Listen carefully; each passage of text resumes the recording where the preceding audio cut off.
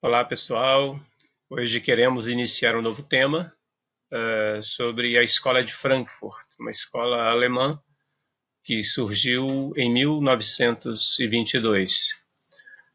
Todos vocês sabem que a modernidade teve por característica ser um período antropocêntrico, e por ser um período antropocêntrico, a razão ocupou um lugar de destaque.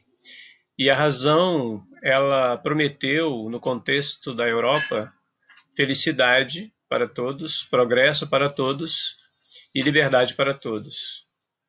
Porém, sendo uma Europa marcadamente iluminista, racional, alguns acontecimentos deixaram um grupo de filósofos bastante preocupados, e sobre estes acontecimentos eles elaboraram toda uma reflexão filosófica. Que acontecimentos foram esses, né? Se a Europa iluminista pretendia trazer a felicidade, né, para todos, por que ela permitiu a existência da Primeira Guerra Mundial? Por que permitiu a existência de uma revolução russa stalinista? Por que permitiu a Segunda Guerra Mundial e por que ela permitiu o regime nazista?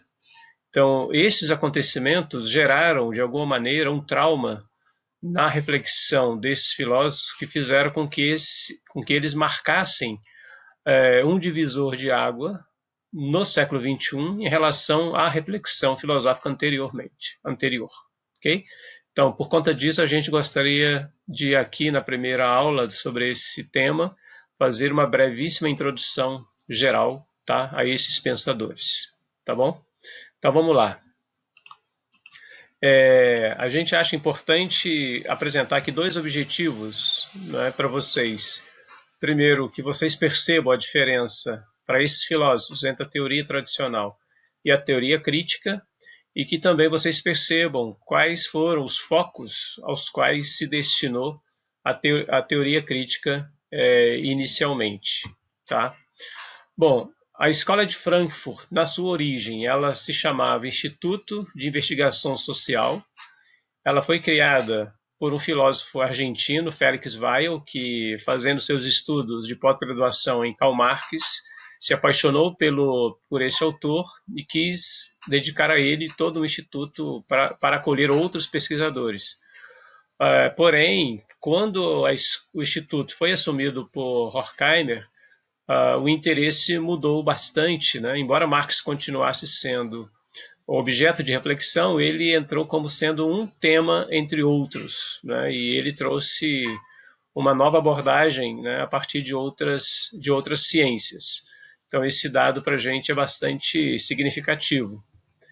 A gente pode dizer que a Escola de Frankfurt ela tem duas etapas, né? Uma primeira etapa, que é constituída por esses filósofos que aí estão, um filósofo, o Horkheimer, o Pollock, um economista, o Lowenthal, um sociólogo que analisa a cultura de massa, e também o capitalismo de Estado. O Theodor Adorno, que é um filósofo dedicado ao campo da estética e também sociólogo, o Erich Fromm, um psicanalista, e Marcuse, um psicanalista que depois vai fazer uma crítica sobre a leitura que Erich Fromm faz de Freud. Né?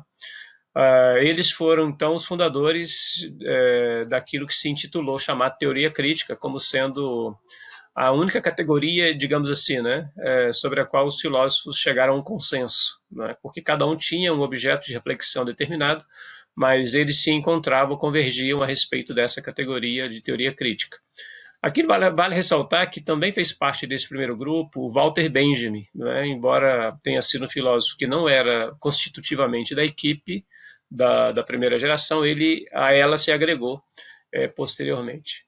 Então, esse instituto que nasce na cidade de Frankfurt, ele, com a ascensão de Hitler ao poder, em 1933, o que acontece? Né? O instituto precisa migrar. Né? Então, eles vão para Genebra, depois vão para Paris e, finalmente, desembarcam em Nova York e se instalam na Universidade de Colômbia. E nesse percurso da Alemanha até a Universidade de Colômbia, eles produzem algumas obras muitíssimo importantes que caracterizam aí o pensamento deles. Né? Então, na primeira obra, Estudo sobre Autoridade e Família, em 1936, a segunda obra em 1947, Dialética do Iluminismo, Em 49, Estudo sobre o Preconceito, e em 55, Marcuse publica Eros e Civilização e o Homem Unidimensional, uma obra que vai dialogar bastante, né, entre a cultura de então e os seus elementos psicanalíticos.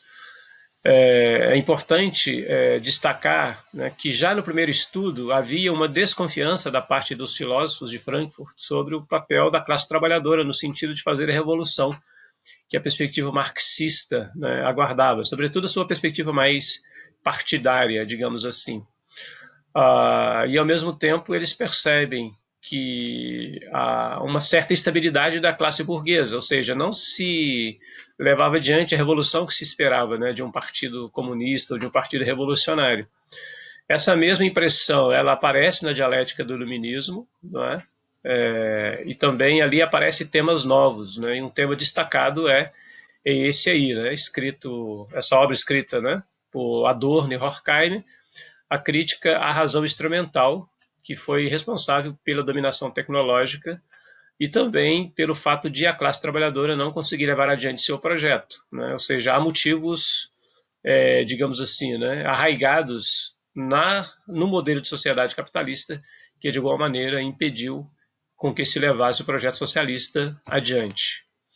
Depois a gente tem uma segunda etapa, né, da Escola de Frankfurt, que ela começa em 48, né, após o regime nazista e também após a Segunda Guerra Mundial, quando eles voltam, Adorno e Horkheim, sobretudo, voltam para a Alemanha, e aí esse grupo vai se agregar o Otto Appel e o Habermas, né, que serão parte aí da segunda geração.